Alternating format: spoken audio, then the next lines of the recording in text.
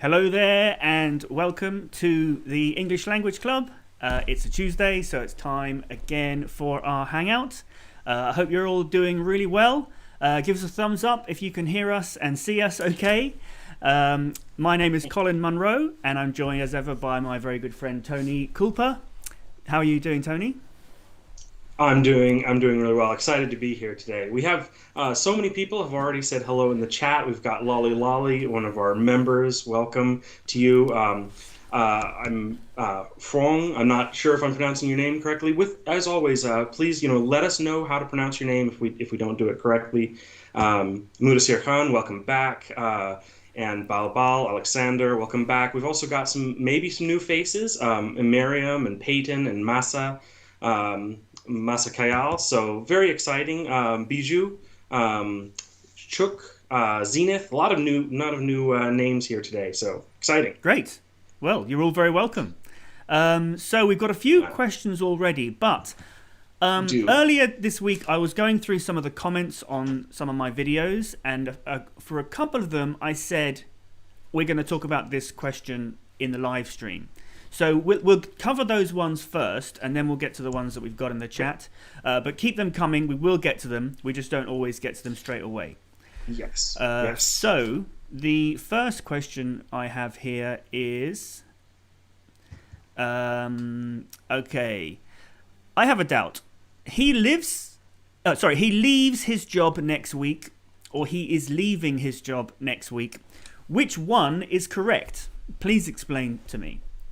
Now, I already replied to this comment and said actually they're both correct. Yes. They're just different tenses, so they have different uses. So he leaves his job next week and he is leaving his job next week.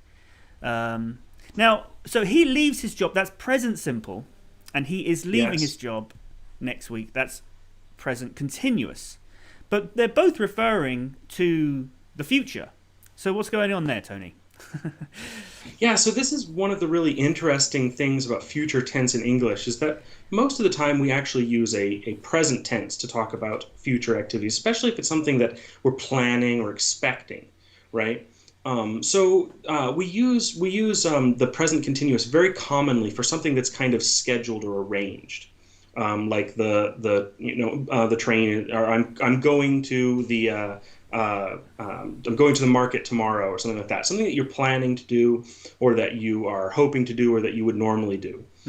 So that's, again, it's not really something that's happening right now. It's basically expressing a future idea using a present tense. Now, when we use the present simple to refer to something that's in the future, it's a little bit more within its actual use, which is just to refer to something that is true, or something that is scheduled regularly or happens regularly. So, for instance, the mailman comes at 6 on Saturday.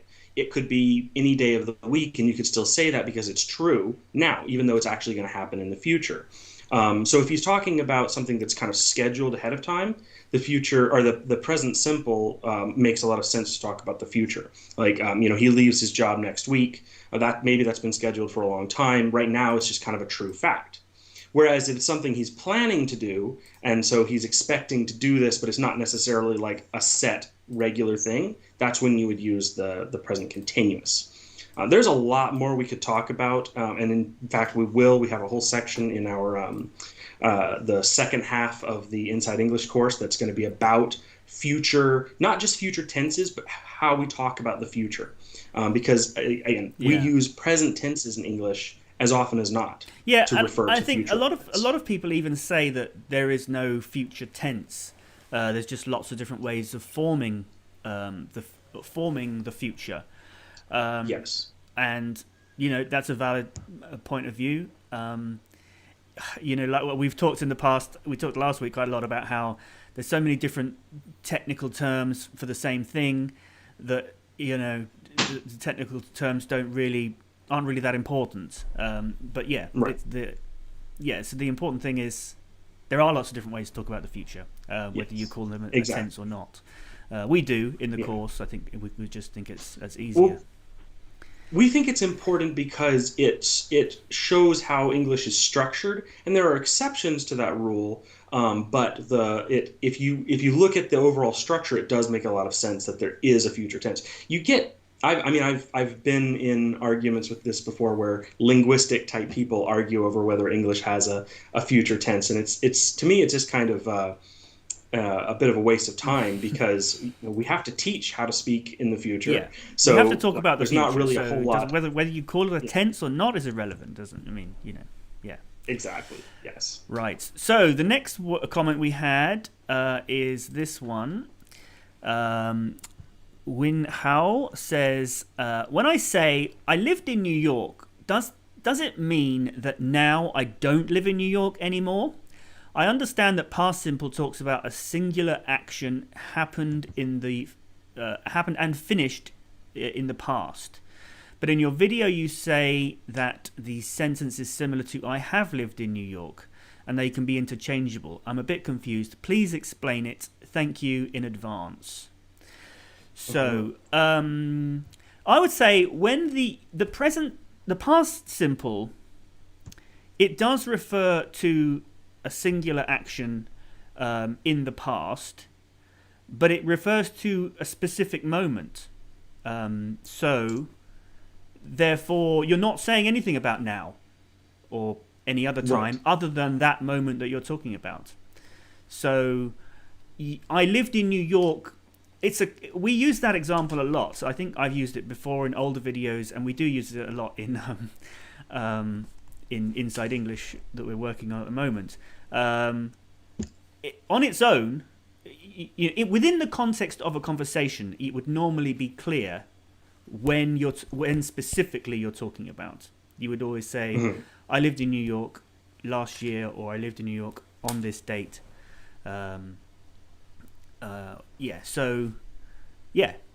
So you're talking about that specific moment. You're not saying anything about now. Would you agree with that, Tony? I would. I think the important difference between the present perfect, and the past simple is whether or not you're really talking about now. So when you say, I've lived in New York for a long time, you're talking about now. You're talking about the fact that you have all this experience of having lived in New York. When you say I lived in New York, you're talking about something. You're talking about a time in the past. And that's one of our big ideas in Inside English, is the idea that tense is split up into two parts. And one of them is that we call it the time of action, but it's really the time you're talking about. Yeah. So in the present tense, any present tense, you're talking about now.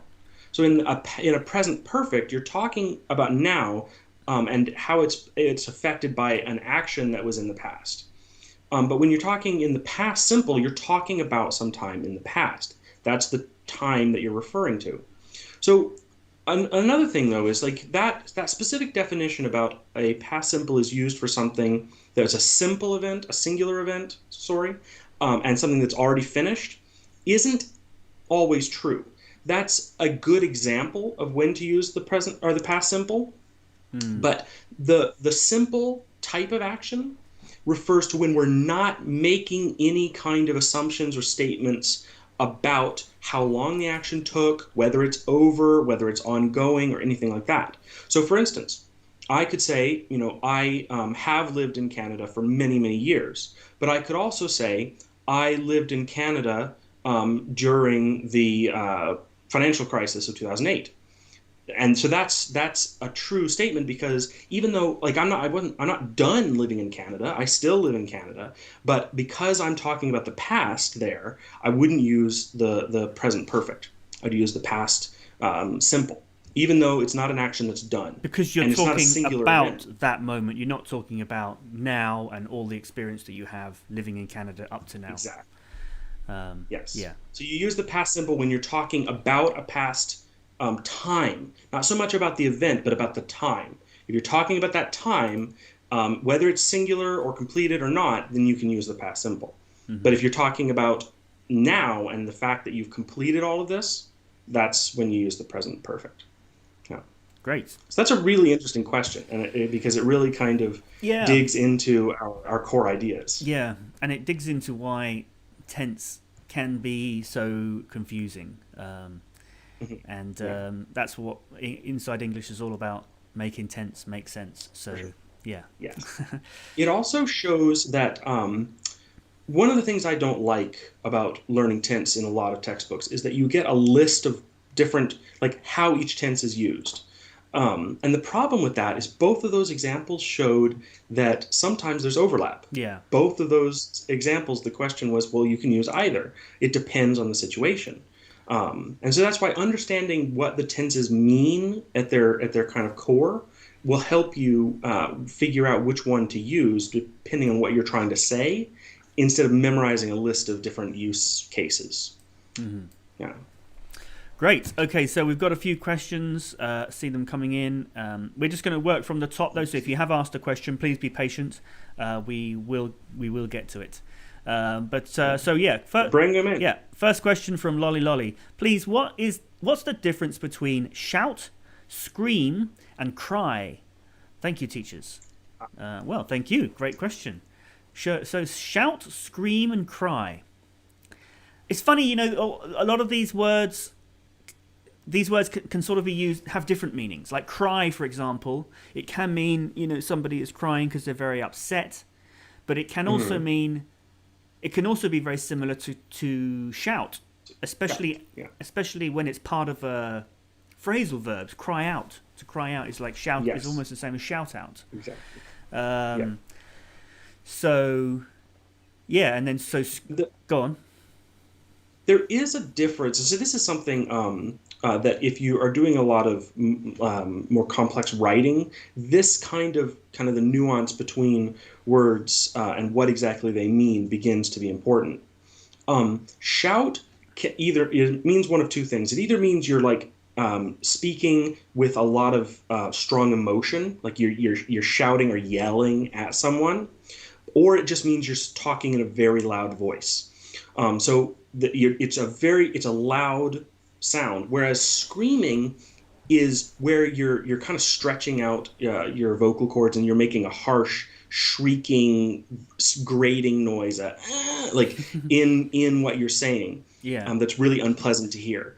So those are very different in that sense. Like if you're just kind of talking about someone who's, you know, yelling, shouting out, you can kind of use either, but the difference is the tone, like the quality of the voice. Shouting is just really loud. Screaming is so loud that you're kind of altering the sound, so that it doesn't sound quite like talking anymore. Yeah. And also I think a scream can be a sort of involuntary action. If you get very scared, you might scream.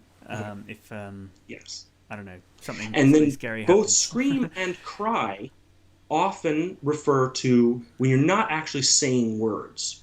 So you can just shout without saying a word, but most of the time, if you're not using words, you're shouting. Shouting, you're usually saying something. You're saying words, right? Whereas you can just might more often be referred to as a cry than a shout, or if it has that squeaky quality to your voice, than a scream. Yeah. So screaming and shouting might be like you just voluntarily scream in fright, or you cry out in fright. Whereas shouting is usually more intentional. Like you're shouting at someone, or you're shouting, you know, fire, fire, something like that. And you also mentioned the word yell, which is another word you could fit into this group. It's very synonymous with these words. Yes. And yell is very similar to shout, but it also sometimes is used like cry, where you're just saying, you're making a loud sound but not actual words. Yeah. Yeah. Great. Okay. Mudasir Khan says, I'm talking English, or I am talking in English. And so yeah. Which also with speaking. Yes, I'm speaking in English. Yeah. Speaking English, speaking in English. So, what's the difference? What are they? So, with speaking, you can say they're exactly the same thing. Saying I'm speaking English and I'm speaking in English mean exactly the same thing. When you're saying in English, you're a little bit more calling attention to it, but really, that's the same thing. But with talking, they mean completely different things, and one of them is very kind of informal. You can only say, I'm talking in English, if you use the verb talking. When we say I'm talking and then a noun, it means that you're talking about that, but it's very informal. So like you might say, we're talking shop or we're talking sports. It means you're having a discussion about sports. So right now we're talking English because we're talking about English informally. Yeah. But that does not mean that the words you're speaking are English. So you could talk English in German if you're talking about the English language. But so it doesn't mean the same thing at all. Saying I'm talking English. Yeah. Yeah. Yeah. Okay. Yeah, that's a good point. But with speaking, it is the same. With speaking, it's exactly the same thing. Speaking English and speaking in English. And I think the only reason I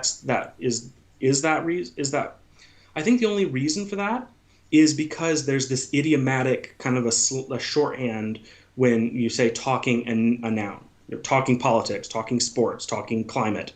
It's a kind of an informal way of saying we're talking about something. Yeah. Yeah.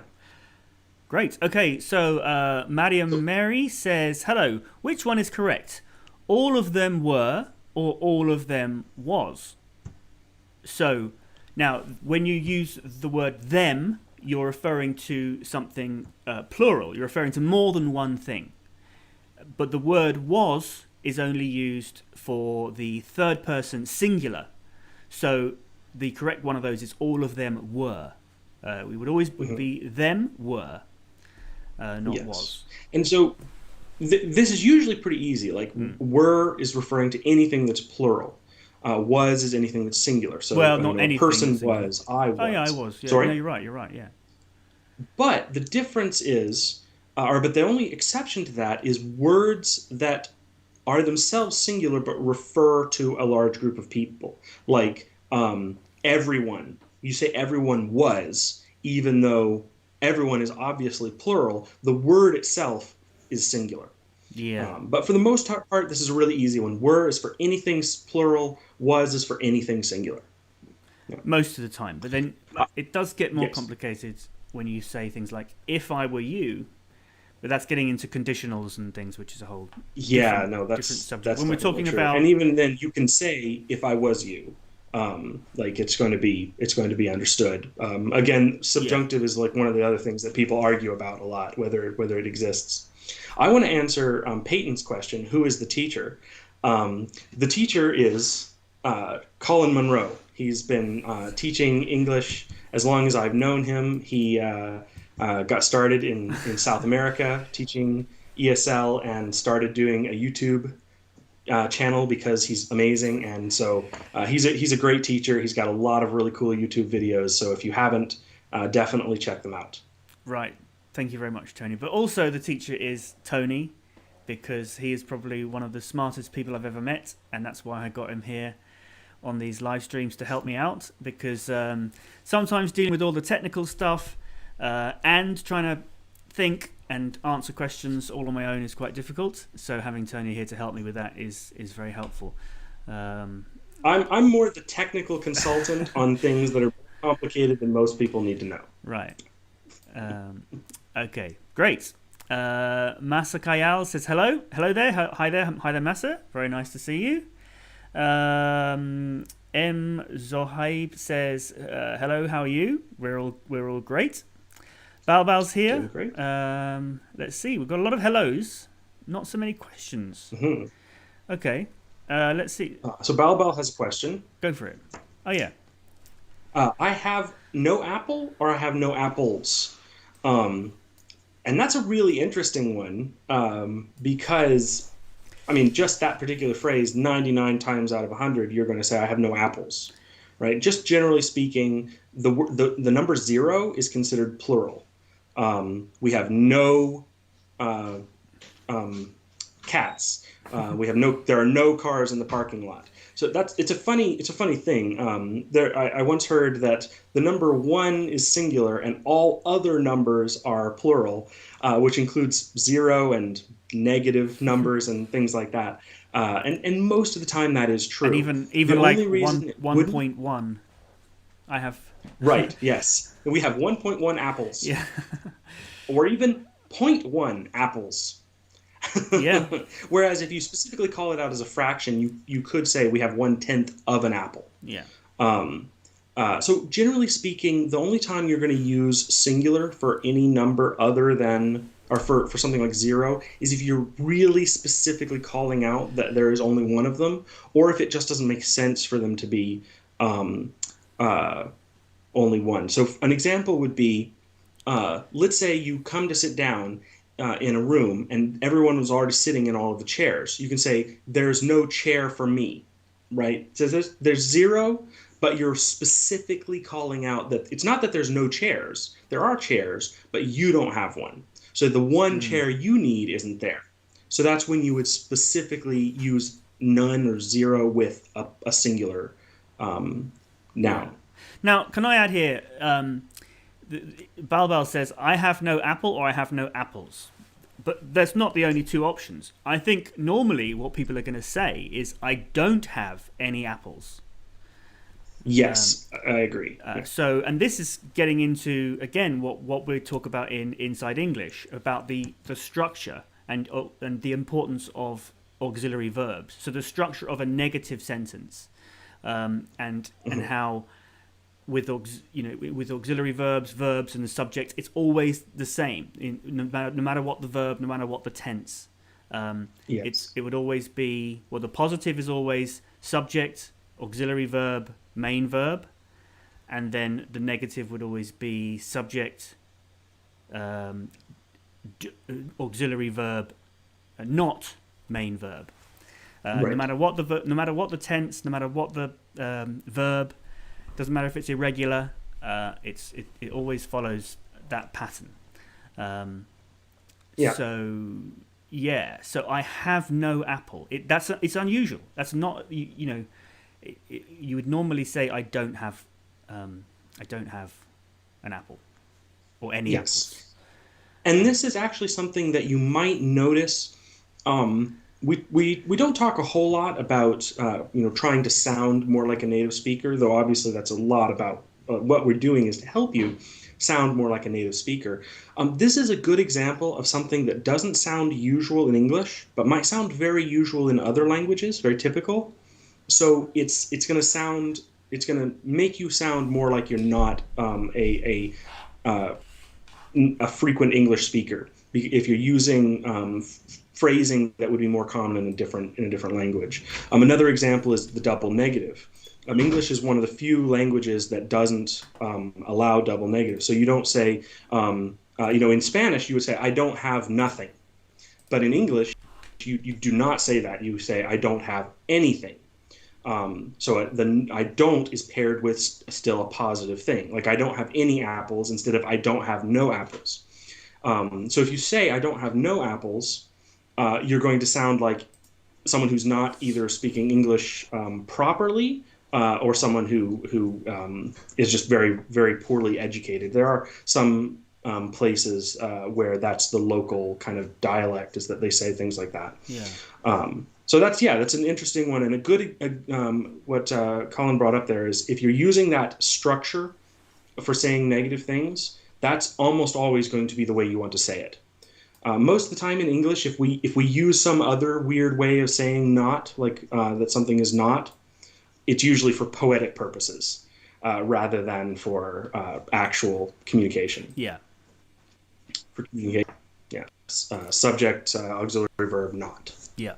So there'll be more about that coming out very soon in some new videos, because that's very much one of the core ideas in Inside English, is that's the way that there's these structures, positive, negative, question, and the same sort of pattern applies to all verbs and all tenses.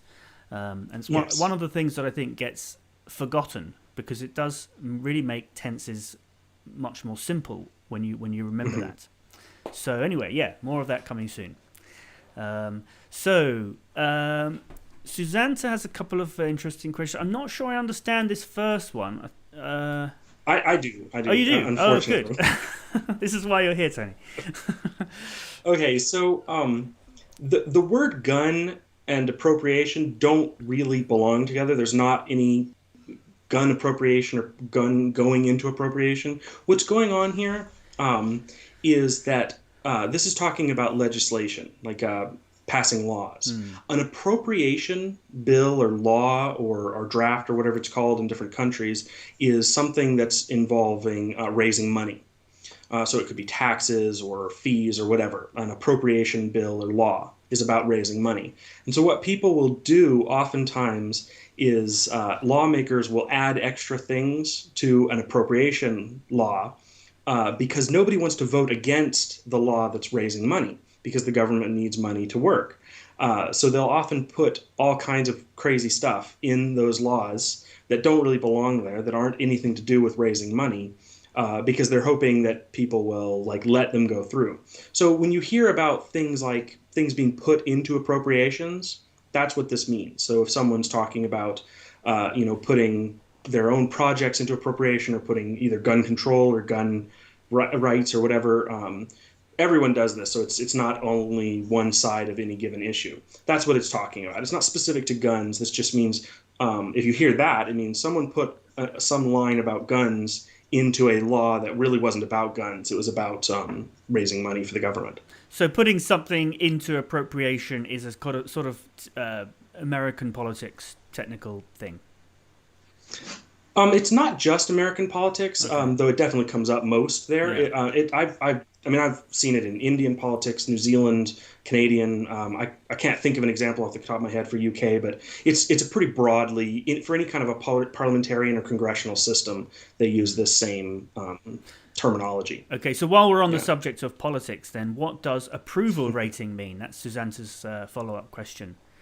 An approval rating, it's they would people sort of ask the public what they think of a president or a prime minister and how so if lots of people say, oh yeah, I think Boris Johnson is doing a great job, then his approval rating is high. If people start saying they think he's doing a terrible job, then his approval rating would be low. Yes. So yeah, it's basically the same thing as when you see polls before an election saying who people think they're going to vote for. An approval rating is just the same kind of a survey or poll, but not during an election. So just saying how much do you like the person who currently is won and is in government? Or how much do you approve of them? That's where the word comes. Yes, the name comes from. Yeah. Exactly. Yeah. Yeah. The next question is less of a complicated question about the world and more of a straightforward grammar question. He called them who were interested versus he called those who were interested. Which one is correct? And here I think it's pretty straightforward that it's those who are interested, wouldn't you say? Sorry, say that again. I was reading the next questions. Yeah, he called them who were interested, or he called those who were interested? He called them who were interested. I would say those. He called those who were interested. Yeah. And there's a complicated reason for this that has to do with clauses and relatives, which again, things that I really love. But what I'm going to say here is that the word them is the object pronoun. It's used as the object of a sentence. Now, it is the object of this sentence because he called them. But because it is also itself kind of the subject of a verb, the people who were interested, right? Because it's also the subject of the verb, then that makes it would sound better if you used a subject pronoun, they. But then it would sound bad in the first part. And so that's why you have this kind of a compromise of using the word just disappeared. What kind of pronoun are those called? Pointing pronouns. Object pronoun, subject pronoun. No, those, this, that, those, these. Demonstrative pronouns, like where you're kind of pointing out something. Yeah. When you can't really tell whether you should be using a subject or object pronoun, oftentimes a demonstrative pronoun is the one that actually would work. It's kind of a compromise. Great. Okay, we got some more greetings from Hector and Frank. Hello to you guys. And a few questions. Now, I'm not sure I understand this question from Balbal. It says, why suggest car be used with... I think it's can't. Why can't suggest be used with the to? So why don't you say, I suggest to drive down this street, right? And I think there's actually a really interesting answer to this question. We've talked a lot about how in English, to be extra polite or extra gentle, we are often very, very indirect. Yeah.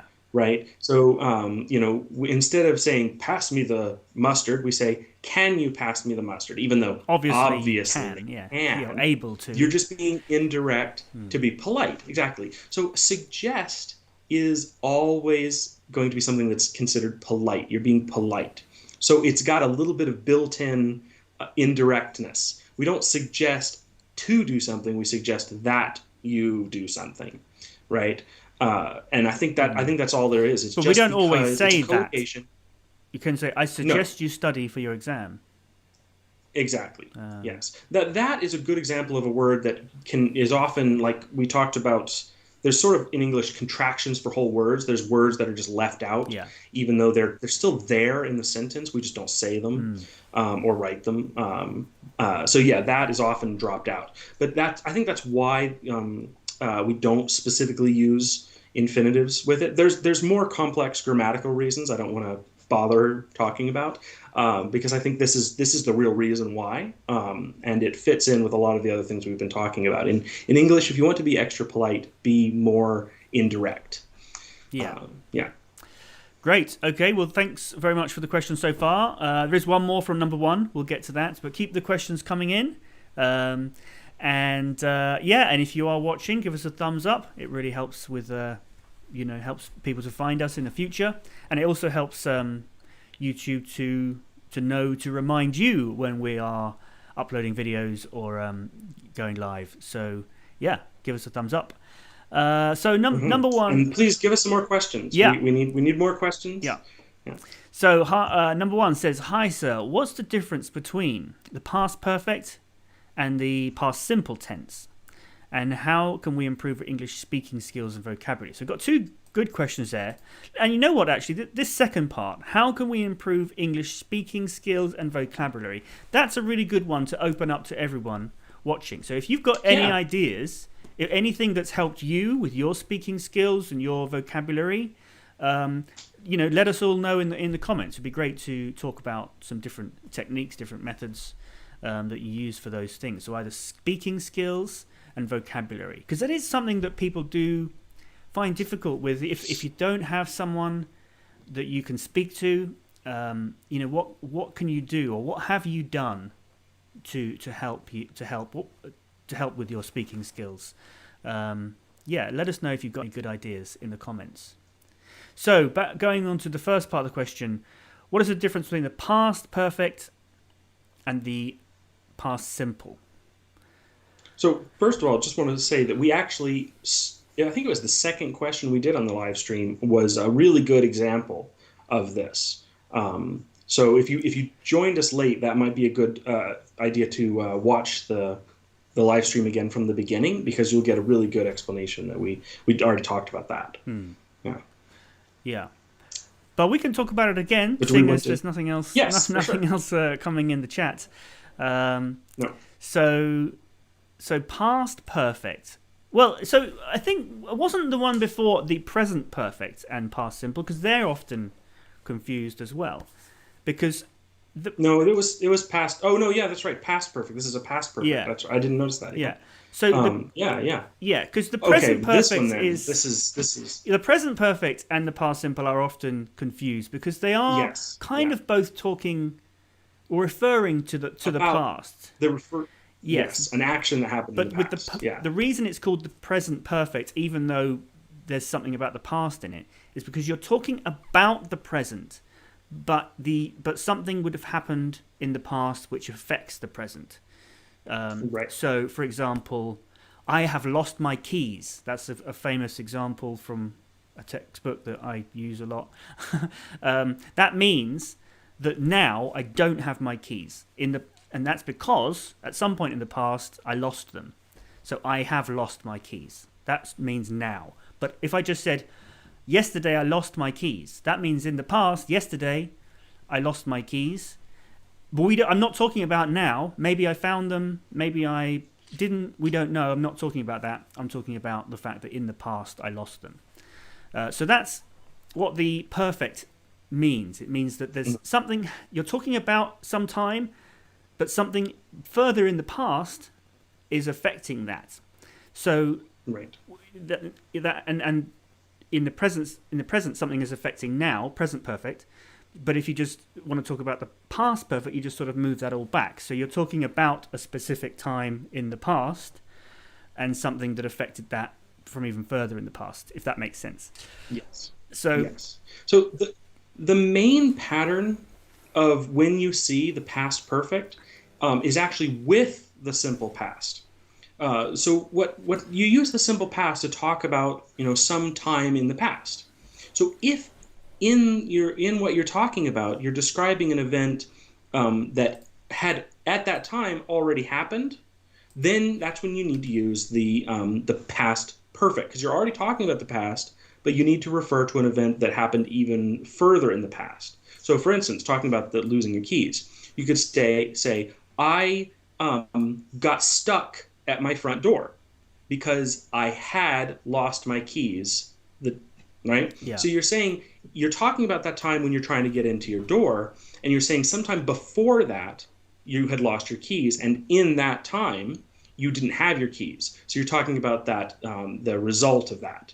So, and this same pattern shows up a lot. I had taken my children to school before I went to work, right?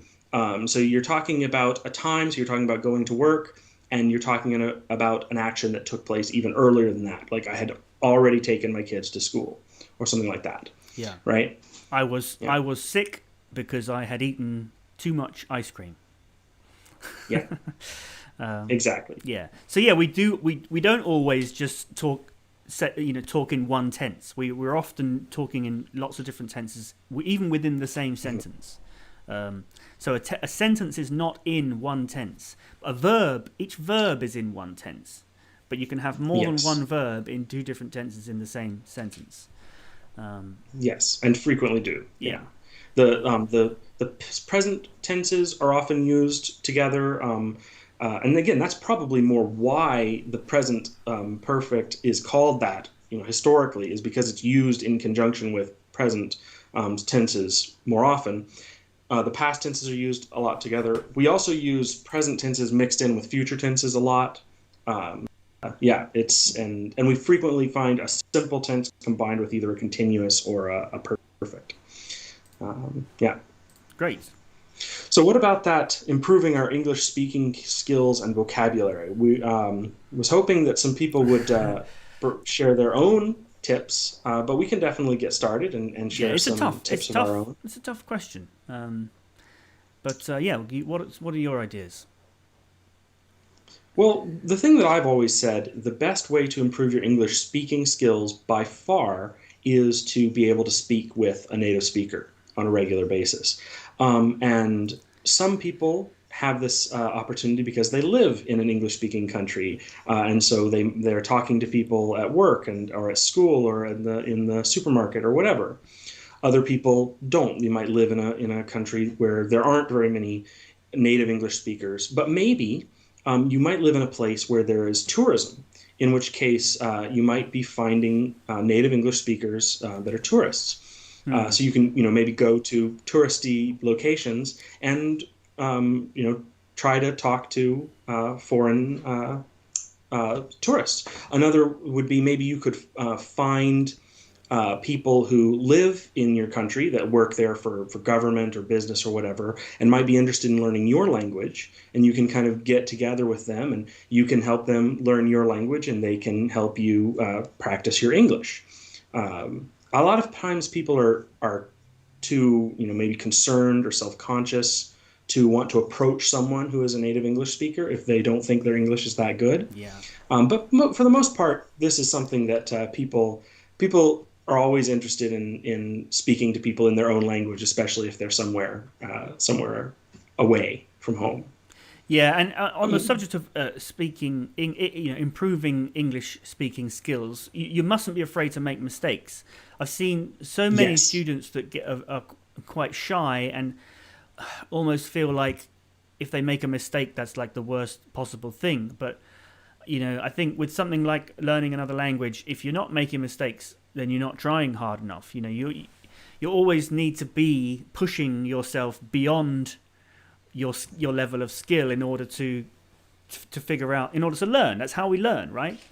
Absolutely. That's how a child learns to walk, by falling over. So, and it's the same with learning a language. You have to, so you have to keep pushing yourself, and you mustn't be afraid of making mistakes. If you only speak when you're sure that you're going to be perfect, your progress is going to be very, very slow. Yes, and limited. Yeah. Yes. Yeah. And that the other side to that is, if you do, for instance, to say if you you live and work in the UK or Canada or something like that, tell your native English-speaking friends to correct you if you make a mistake. And again, that takes a lot of courage, but that is the best way to improve. As teachers, I mean, we've spent years and years teaching, and students don't want to be corrected. But that is the best way to learn. And so those students who really embrace being corrected and are looking to be corrected are the students that improve the fastest and the most. So it really is it's a courage thing. And also, like Colin said, just realizing it's not a big deal. Everyone makes mistakes. Well, even native English speakers make plenty of common mistakes. You just said something, Tony, I don't think I agree with. You said students don't want to be corrected. I think, in my experience, they do, or at least I find that on my other work, I work with a lot of people who have English as a second language, and a lot of them don't know that I teach English. So it's very interesting that I think that most native English speakers that they work with don't want to correct them because they feel like. It's insulting, or to point out their mistakes. But actually, whenever I do it, people always thank me. That people are always grateful that I've pointed out mistakes. I mean, I often obviously I choose the right moment, and I don't just say, oh, that's wrong. I give them the correct thing. I say that's what you've said that's a very common mistake. You should say this, and I explain why. Because I'm a teacher, I do. I think people do want to be corrected. I think it's actually the other way around. Yes. That native speakers don't want to correct people. So you do have to ask, or it is helpful to ask. Yes, I think that's a very good idea to ask your friends to correct you if you make a mistake. Yeah.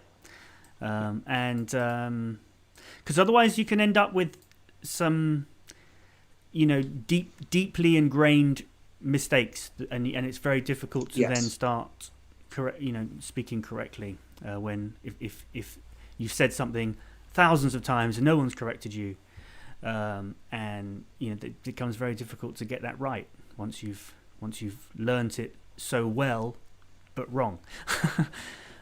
Absolutely, yeah. And this, I think, is one of the main things that people who even have lived in an English-speaking country for a really long time, where they struggle, it's mainly with they feel that they've grown beyond a certain level.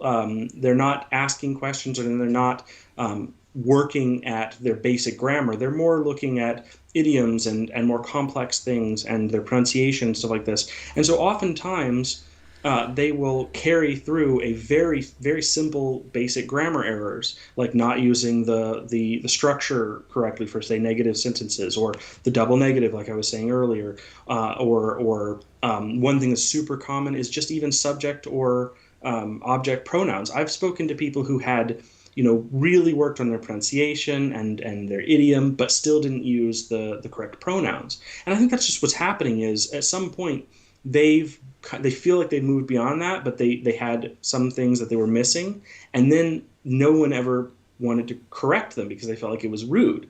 And so even as they improved their English maybe for years, no one really corrected them on their basic mistakes. And that makes a huge difference in your speech. If you're making a few really basic mistakes, that's going to really stand out to people more than your use of idiom or your pronunciation. Yeah. So it's really, really important to ask for correction. My dad, he might be watching. My dad has English as a second language, and he always mispronounces the word potato. He always says potato, and I always correct him, but he never learns. And I think it's exactly this thing we're talking about. If you say it a certain way thousands and thousands of times and no one corrects you, it becomes very difficult to learn later on. Indeed. Yes. Okay, so let's say we've got a question from English with Heidi. Can you tell the difference between ask, speak, tell, and talk? So there's actually one thing here that I want to point out that does make this a little bit easier. We talk sometimes, and again, we don't usually like to use a lot of technical terms, but this is one that shows up a lot and it's pretty consistent, so I'm going to go ahead and use it. And that is a transitive verb. I like to think of it as you're doing something instead of just doing. So ask and tell, you have to ask something. You have to tell something. Yes. It's this also with say is another one that's like this. You don't just, and so I said, no, you have to say something. Something else in the sentence has to follow that, saying what it is you said, or what it is you asked, or what it is you told. Whereas speak and talk are intransitive. You just do them. So he talked for a long time. He didn't talk something. You might say he talked about something, but he doesn't talk something. Yeah. He spoke, but he doesn't speak something. He speaks about something. And again, there are some exceptions to that are more idiomatic, like talking politics or whatever. And say would be another that's the word main difference that comes into this this Yes. question, because I often think I often hear people say I said him, or he said me, but no, you don't say the person you're talking to. You say something to the person you're talking to. And explain is another word that I hear used incorrectly so often. You don't explain me. Don't explain me. You explain something to me. Right. Okay. So this is like there's different degrees of this. Yeah. Talk and speak, you don't do to anything. You don't. It's not part of it. You can add that information, like he was talking to my father, but it's not. It doesn't need it. And it's not. He's not talking a thing. He's not talking something. Then say and explain, they do need a something added to them, but they have to have the to. So you have to say, I was saying, I could say something to someone, not I said him. Yeah, but the object said to him. Is it correct to say that the object of explain is the subject that you're talking about, not the person you're talking to? Yes. Yeah. Right. And so that's the thing. There you don't like but then the third level of that is ask and tell, where the object is the thing that you're saying, right? So I asked what do you want to do, right? Or I told him to go to the market. I told him hello, right? So there's these three different levels here of how what the actual object versus the kind of the indirect object is doing. Yeah. So, okay, we talked a lot there. Can we just quickly summarize then what the answer to the question is between different ask, speak, tell, and talk? Right. So speak and talk don't have like a subject to come after them. You don't talk something. You don't speak something. Though again, there are some like idiomatic exceptions to that are more like slang. Then you have say and explain, where you do have a subject, like I said hello, but it's not the addressee, like who you're talking to. If you're going to say that to someone, you have to use the word to. So I said hello to him. Yeah. I explained math to them. Right. Then you have ask and tell, which often don't have the to. You just immediately say what it was you said. So I asked for a sandwich, or I told them my favorite movie, that kind of thing. it just immediately has the object with it. Great. Okay, Heidi, I hope that's helpful. Now, there's a good question here from Bal. He says, do writers learn grammar as we do? Now, Tony, you are a writer. You told me earlier that you just finished a novel. Is that right? Yeah, I just finished another novel this week, actually. Mm-hmm. Awesome. So, do writers learn grammar as we do? So, not only do I write novels, I also write. I have at various different times written professionally, either curriculum or articles or various different things. My partner, my wife, is also a professional writer. So the way writers learn grammar is not quite the same.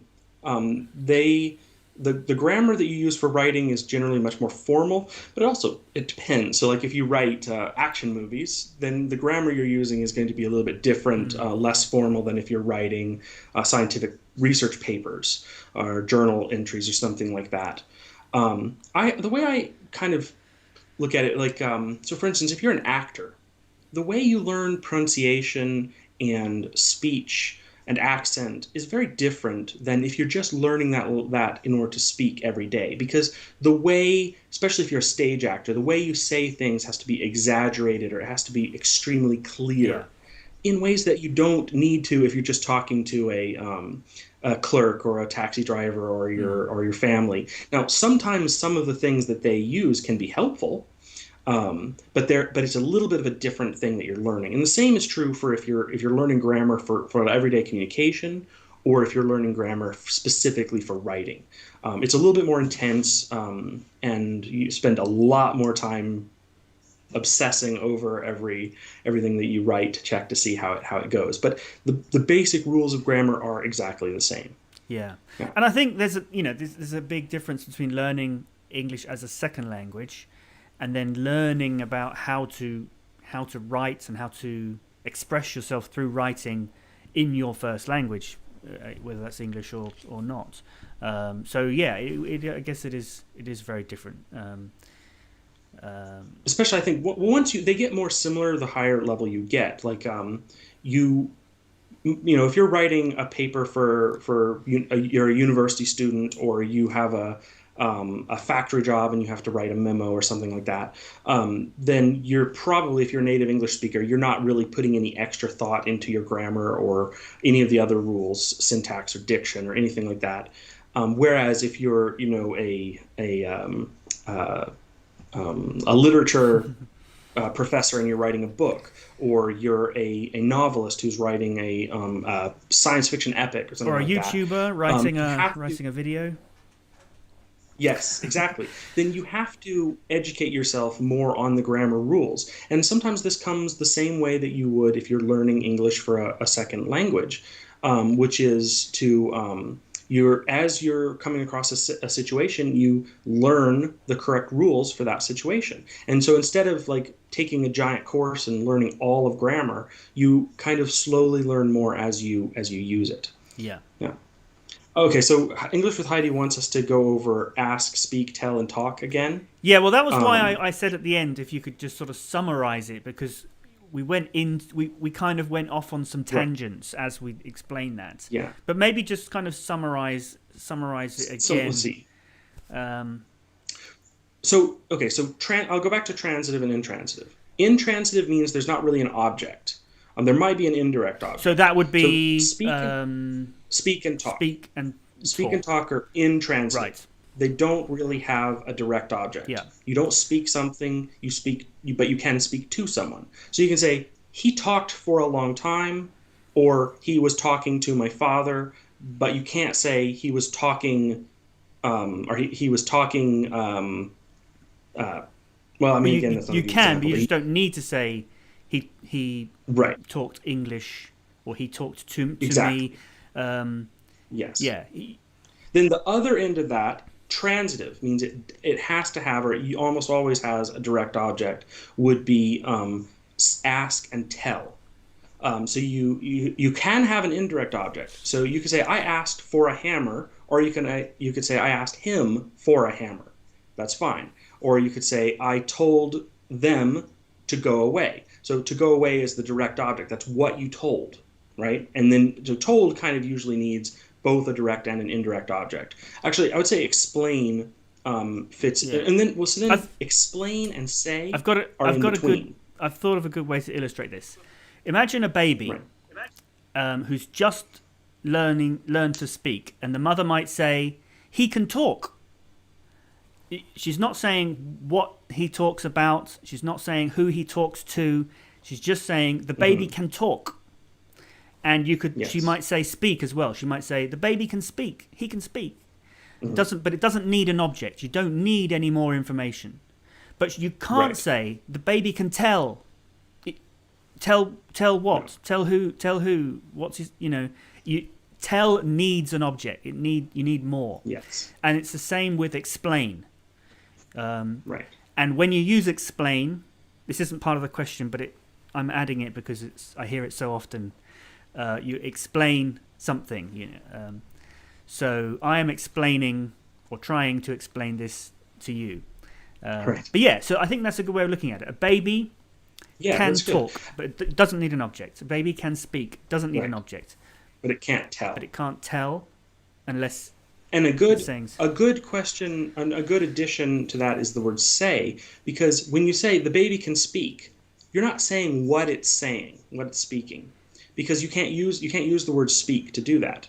If you want to communicate what is actually what words it's saying, you have to use the word say. So you can say the baby can speak, and you can say the baby said daddy or whatever. Right? So the word say, but also the word ask and tell, you need to say what it was that they actually said. And so that's the difference between those. You can't just stop it. You can't just say, the baby said.